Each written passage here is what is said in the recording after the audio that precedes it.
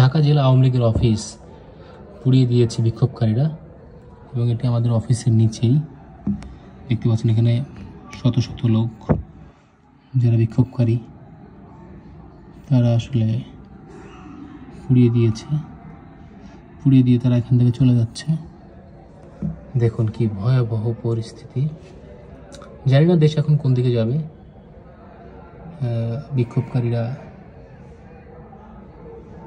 তারা আসলে আগুন ধরিয়ে দিয়ে চলে গেছে এবং ঢাকা শহরে বিভিন্ন জায়গায় আগুনের কুণ্ডুল দেখতে দেখতেই পাচ্ছেন। এখানে আগুন ধরিয়ে দিয়ে এখন বিক্ষোভকারী এখানে চলে যাচ্ছে।